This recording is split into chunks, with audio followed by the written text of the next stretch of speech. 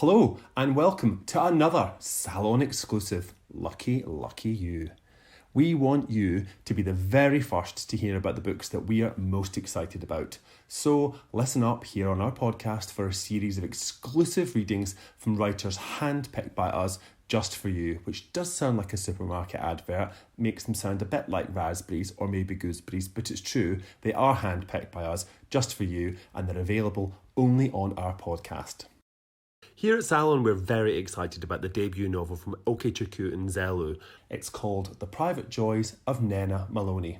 I love the jacket, I'm so excited about the book, and I love him. He's a vital, brilliant new voice. This is a story full of big ideas, exploring race, gender, class, education, and all the different ways that people grow up.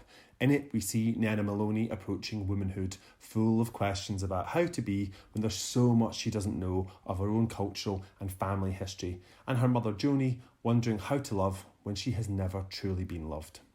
The story is by turns painful and by turns hilarious, but definitely one you'll want to hear. So here's Okechukwu Nzelu with an exclusive extract from The Private Joys of Nnenna Maloney, published by the pioneering and brilliant Dialogue Books and available now. I'm Okechukwu Nzelu, and I'm so excited to be doing this reading exclusively for listeners of Damien Barr's Literary Salon. The Private Joys of Nnenna Maloney is a comedic novel set in modern-day Manchester. It's about Nnenna, a half-Nigerian teenager who really wants to connect with her Igbo-Nigerian culture. Her once close and tender relationship with her mother, Joanie, becomes strained as Nnenna begins to ask probing questions about her father, whom Joanie refuses to discuss. Their lives are filled with a cast of characters asking similar questions about identity and belonging while experiencing everyday life in Manchester. In this section, taken from the first chapter, Nnenna and her mother, Joanie, are at the wedding of Ophelia, one of Joanie's old friends from university. Unfortunately, Nnenna, who's only 16, has been seated at the kids' table with a boy called Jason, who's had too much to drink. Meanwhile, Joanie is trying to reconnect with another old friend. It is not difficult to make conversation with strangers at a wedding breakfast, but, Joanie found, it is often difficult to make good conversation. This is due partly to the nature of the event, which necessarily involves giving over at least 40% of your time to people who have nothing interesting to say beyond the intensely boring minutiae of their lives, but an awful lot to say about those minutiae.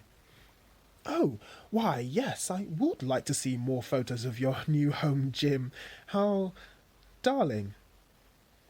Sadly, Joanie's friendships with many of her Cambridge classmates had become strained not long before graduation.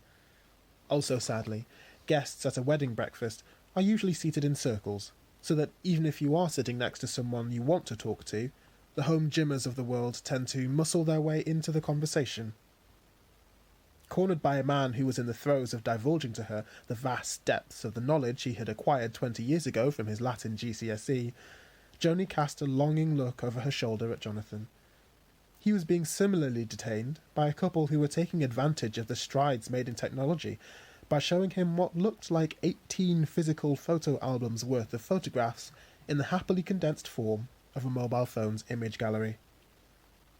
Then again, a part of Joanie was glad that she was trapped. Being free to talk to Jonathan Tucker meant confronting what a terrible friend she'd been to him.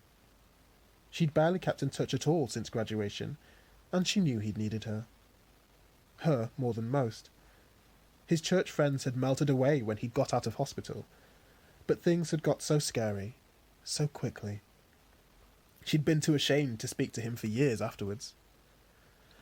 "I suppose you'll know Caecilia Sest in Horto, won't you?" said Max, a presumably single television producer. Joanie wasn't sure, but he seemed to be hoping that a woman who'd studied classics at Cambridge might be delighted by the Latin equivalent of "the cat sat on the mat." Yes," said Joanie. "Rings a bell.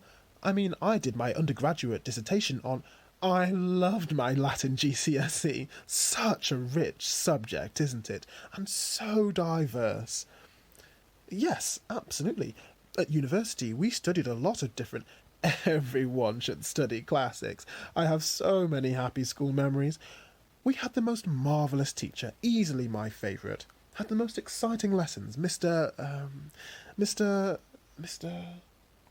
As Max laboured to recall the name of his beloved schoolteacher, Joanie took the opportunity to take a swig from her glass of wine. "Quick," said Jonathan to her in an urgent whisper. "What?" "Just look like you're saying something to me." "I am saying something to you. Something important." "Why?" "Because if I have to look at another holiday photo, I'll ask the bride to cut me instead of the cake." "Ah. You as well?" "The charming gentleman to my left has spent the last 2 courses bringing me up to scratch on Latin grammar." Despite her 38 years, Joanie still found the boldness of people's stupidity surprising. Men patronising her at social events, people making casually racist remarks about her daughter in public, people referring incessantly to refugees as immigrants. Even though she knew full well that it happened every day, she somehow always forgot that it could happen, and did happen, to her. It was a bit like realising the creature you used to think was hiding under your bed at night, the one you told yourself was imaginary, was real all along, and that he spoke rudimentary Latin. "Ah," said Jonathan. "Yes, I think I might be able to construct whole sentences by the time they clear away dessert. Good thing I spent 3 years at university preparing for this dinner, or I'd be stumped." "Didn't you get a first in the end?" Joanie smiled. "In the end, yes." "And what are you doing these days?" "I write crosswords, mostly. I do the odd bit of journalism to make ends meet, but I've never been able to find anything steady, unfortunately. What about you?" "Financial auditor." "Oh, how darling." Jonathan cut his eyes at Joanie playfully, and then looked over at their neighbours. They were fully occupied with their new victims. Max appeared to be busy informing an A&E doctor about his A-star in GCSE biology. Jonathan, I want you to know, I'm so sorry I never kept in touch." Jonathan didn't say anything.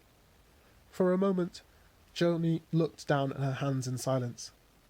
She'd only blurted it out because a part of her had hoped that Max would interrupt her too quickly for Jonathan to reply. How many times had they found themselves in the same room at weddings, birthdays, anniversary parties? How many times had she wished that she was courageous enough to confront what she had done to him and apologise? How many more times would she hide from what she had done? Maybe one more, at least in part. She was sorry, and she wanted Jonathan to know she was sorry, but she couldn't bear to know what he must think of her. Eventually Jonathan said, "I know why you didn't. I understand."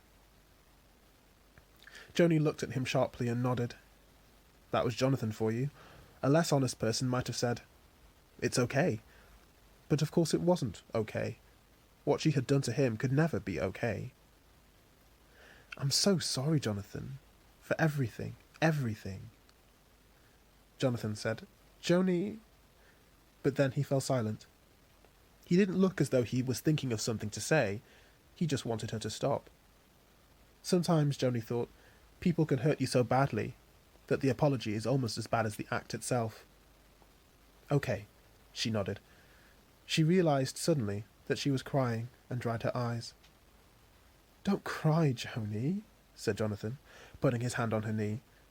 He always was such a warm person. How could he comfort her now, after everything? He gave her a mischievous smile. "Dry your eyes. We're at a wedding." She laughed.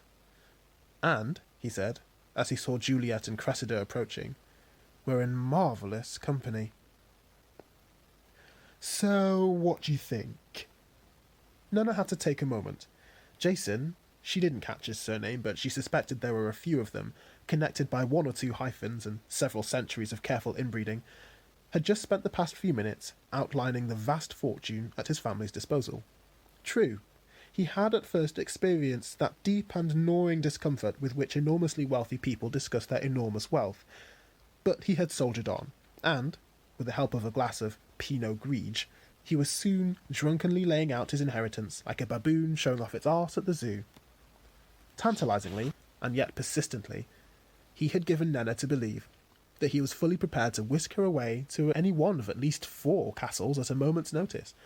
So great, he explained, was her beauty. Nnenna had never been to a castle before, and so she might have been tempted, were it not for the fact that she had a boyfriend, some sense, and a great deal of shock at the way in which Jason expressed the beauty he perceived her to have. "I mean," he said, breathlessly, "there's just something about you. I just find you randomly beautiful." Thank you?" said Nnenna. She wondered again why she was old enough to be put through the gauntlet of Jason's amorous advances, but not yet old enough to drink wine, gallons of wine. She had the urge to tell him that she was significantly older than him, and that he had bitten off more than he could chew, but she found herself speechless at the sight of his 12-year-old mouth engulfing a slice of cake that was at least half the size of his head. Most of it ended up smeared around his mouth, as when a child might put on lipstick for the first time. "I mean, I don't get it," he said.